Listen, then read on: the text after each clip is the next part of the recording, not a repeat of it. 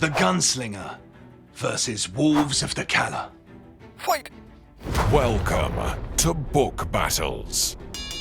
Hello everyone and welcome to another book battle where today we're taking a look at Stephen King's magnum opus, the Dark Tower series. This is a series that combines sci-fi and fantasy with elements of Western fiction. We're going to decide what is the best book in the series. Okay, so let's remind ourselves of the contestants today. First up, we've got the desolate, mysterious world of the Gunslinger. Then there are other worlds than these, the drawing of the three. Next up, we've got the wastelands, where we dive further into the dystopian midworld. Next up, you either love it or you hate it. It's Wizard and Glass. This one was actually released after the series was completed. It's The Wind Through the Keyhole. Maybe the most Western-influenced book of them all, Wolves of the Cala. The penultimate, Song of Susanna.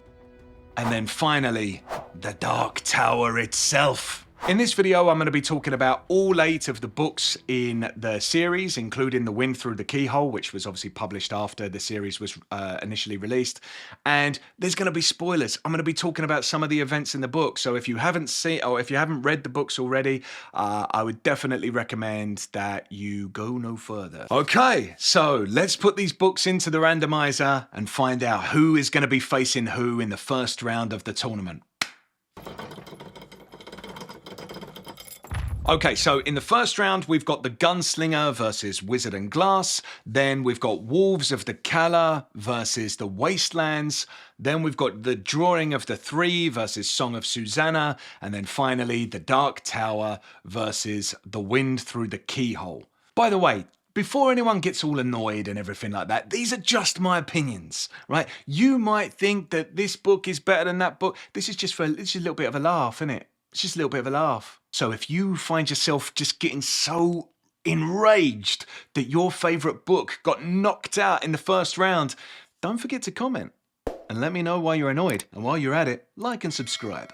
All right, so let's get started with the Gunslinger versus Wizard and Glass. This is a tough one already. So the Gunslinger obviously sets the stage for the entire series. It's kind of like gritty. And we get to see Roland in what is his purest gunslinger form, I think. You know, he's completely raw, he's completely unpolished, and I really like that. Another thing I really like about the Gunslinger is that it just feels so mysterious. The first time you read through it, for me anyway, it felt like I was just walking through a dream. And I just had no reference points for anything, you know? So I'm thinking, who is the man in black? What is a gunslinger? What is Midworld? Is this Earth? Why are they listening to Hey Jude? Like, nothing really made sense. And it's so different, I think, reading the Gunslinger the second time around. Because we've all, you know, we've all read The Gunslinger twice, ain't we? Let's face it. On the other hand, Wizard and Glass is probably the exact opposite. After 3 books in the series of just questions after questions after questions, we finally, in Wizard and Glass, get some answers. Up until Wizard and Glass, Roland feels a little bit faceless. And in this book, it's like we peel back the layer of the onion and we get to the core, the heart and soul of Roland Deschain. It gives us some context. It gives Roland much more shape, and we understand why it is that he's so motivated to find or to reach the tower. When I was reading it, I was just thinking to myself, this is like Stephen King's version of Romeo and Juliet. You know, you've got the kind of loss of innocence, you've got that first love, and it's really a beautiful story, in my opinion. I know a lot of people didn't like it because they thought this is just like a distraction from the quest. You know, we're all going towards the tower. I didn't want all this backstory, but I thought it was important to, as I say, kind of flesh out the character of Roland. And it kind of informed what the quest was all about rather than distract from it. So I'm going to say, and I know everyone's going to be split on this one in particular, but I'm going to say round one, Wizard and Glass. Wizard and Glass is better than the Gunslinger. And I know a lot of you are going to go, rubbish. It's just my opinion, man. Think about this. This is where we meet Sheemy. You love Sheemy. Don't tell me you don't love Sheemy. This is where we meet Susan Delgado. This is where we meet Rear of the Coos, who is one of my most despised Stephen King characters. This is also where we meet Cuthbert, pronounced Cuthbert, apparently, but I'm obviously not going to say that. This isn't just a step in the story, this is the heart of the story. So, all right, let's move on to bracket number 2. I'm really trying to justify my decision there. Wolves of the Cala versus the Wastelands. Wolves of the Cala is the best blending I've ever seen of, or I've ever read, of the Western genre and the fantasy / sci-fi genre. I know they're different genres, but they're both in this book, right? This borrows heavily from The Magnificent Seven and Seven Samurai, but really this is a narrative that I'm going to eat up every time. A bunch of gunslingers come riding into town, the village in need that are facing a threat that's much larger than them, much larger than they can handle, and they recruit the gunslingers to come and protect them, the warriors, in the case of Seven Samurai, to protect the village. This book also reintroduces, and this is one of my favourite moments in the whole series, reintroduces Father Callahan from Salem's Lot. Father Callahan is one of my favourite characters from the entire multiverse. So that was just such an impactful moment for me. And then on the other hand, you've got the Wastelands, which I really enjoyed as well. I loved the City of Lud. I thought the scene with Susanna Dean and the demon was just nuts, where Deta takes over. That was so crazy. And on the topic of that, also the reintroduction of Jake, that was just as impactful to me as the reintroduction of Father Callahan. My jaw just dropped. Oh my God, Jake's back.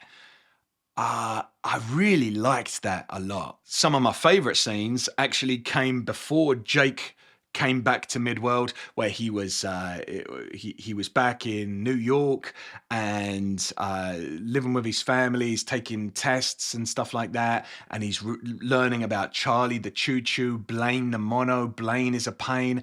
I loved all of that. The kids crying in the little kids book. Are they laughing? Are they crying on Charlie the Choo Choo? It was really creepy and really eerie, and it was just so Stephen King. There's not really a lot to separate these two books, and they're kind of difficult to compare. The best way I can compare these books is by their endings, which, in my opinion, differ vastly in their quality. So you've got The Wastelands, which, in my opinion, didn't even have an ending.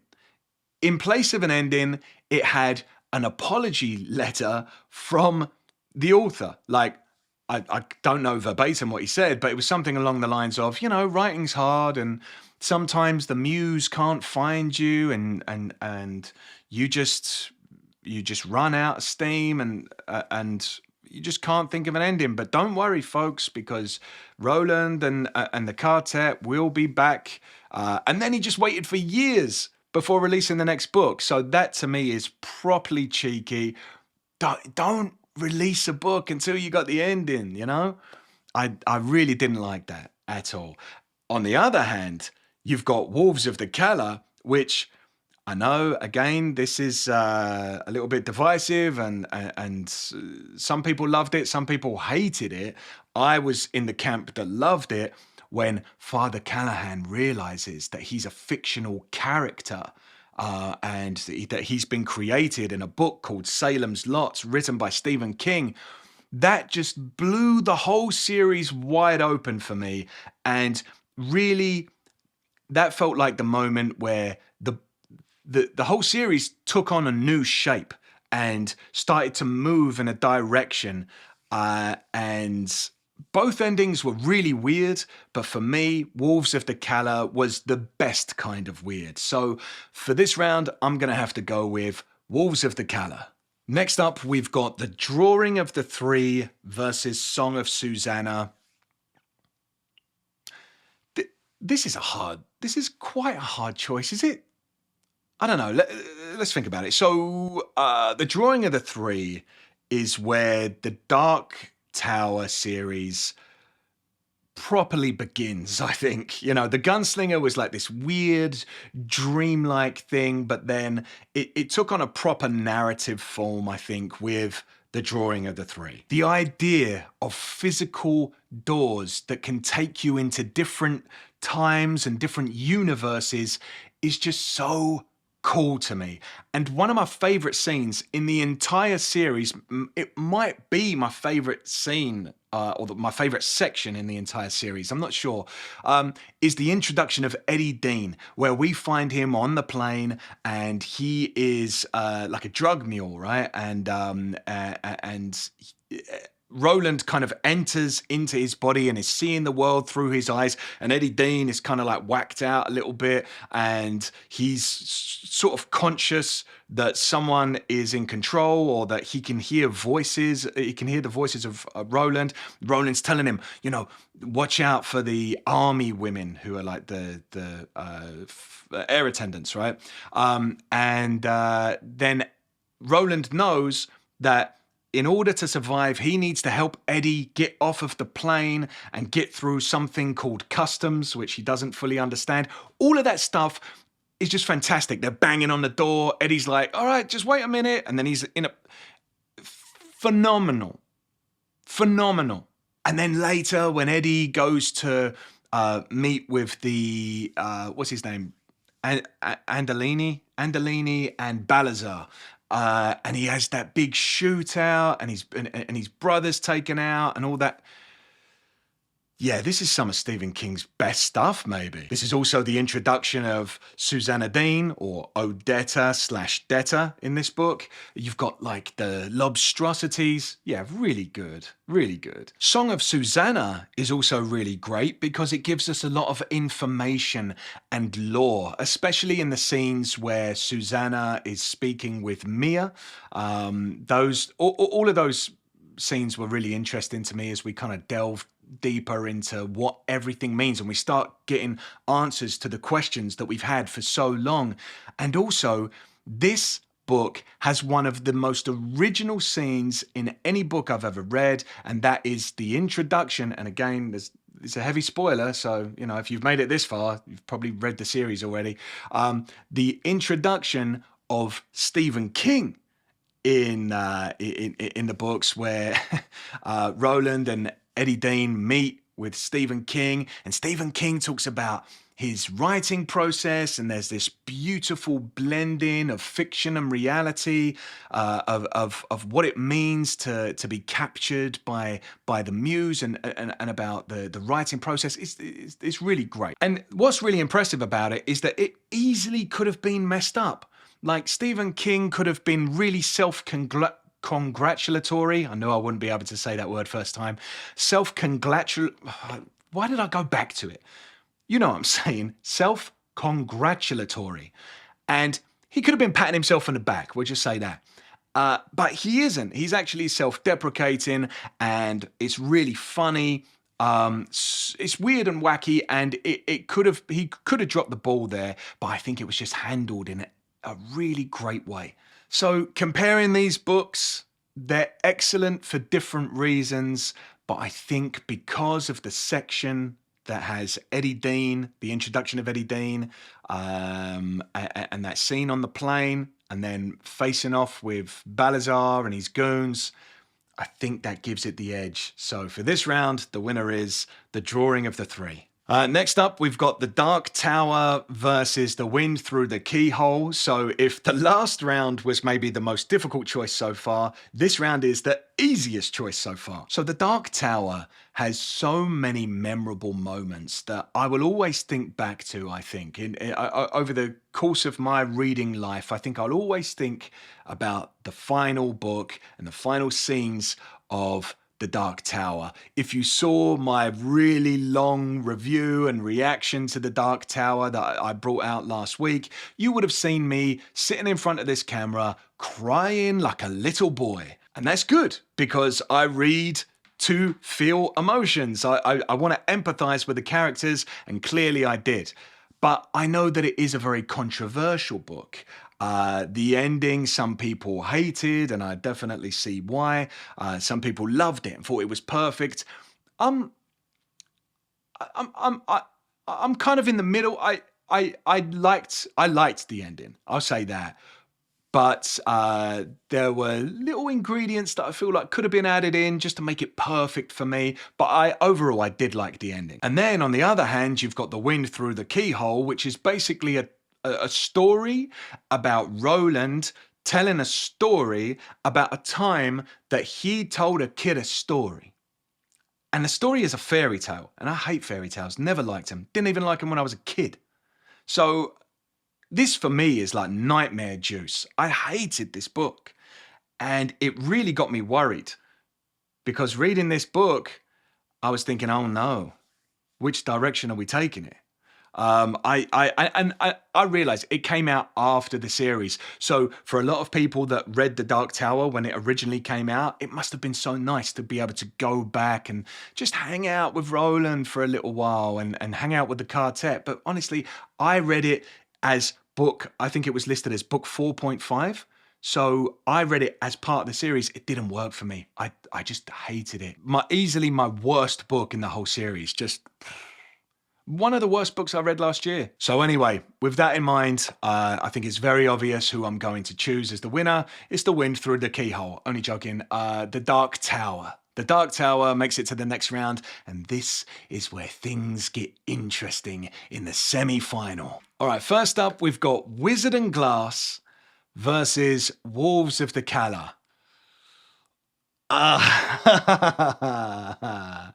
Okay, so both of these books are really strong because of the characters, I think.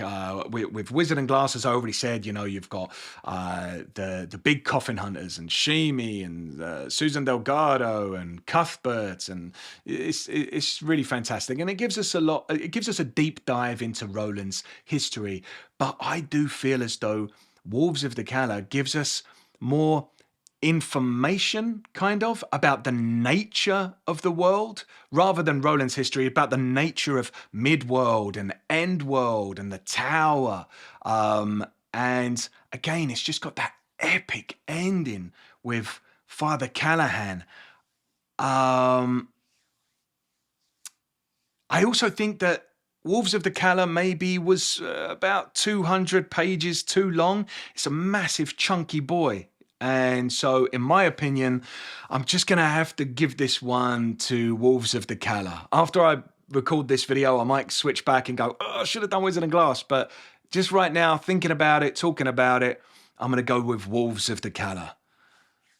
I just love that twist. Okay, then we've got The Dark Tower versus The Drawing of the Three.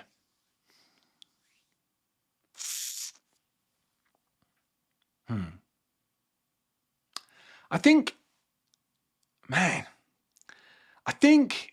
even though I liked the ending of The Dark Tower, it had flaws. You know, it was imperfect, in my opinion. And there's not... Oh, man. I think one of the biggest failures of The Dark Tower is the kind of anticlimactic villains. The way that they end, the way that they're taken out, always seems to be a little bit anticlimactic. And I know that your opinion might be, a contrasting opinion might be, well, no, it's just kind of you've missed the message. They were built up, but at the end of the day, this is more realistic. You know, it's not like you're gonna. This isn't Elden Ring, you know, where you get to the end and you're having a big boss battle. I have to say though, I kind of like a boss battle. You know, I kind of like a boss battle. And so I know it subverted expectations at the end, where the Crimson King was this kind of crazy guy and he was easily defeated. And I also felt like Modred was easily defeated. I felt like the Man in Black was easily defeated. And I know, again, you'd probably love this series. I love it. I like it as well. I spent a year of my life reading the whole multiverse of this, but I'm still able to, I feel like, to look at it critically and pick out the parts that I didn't really love.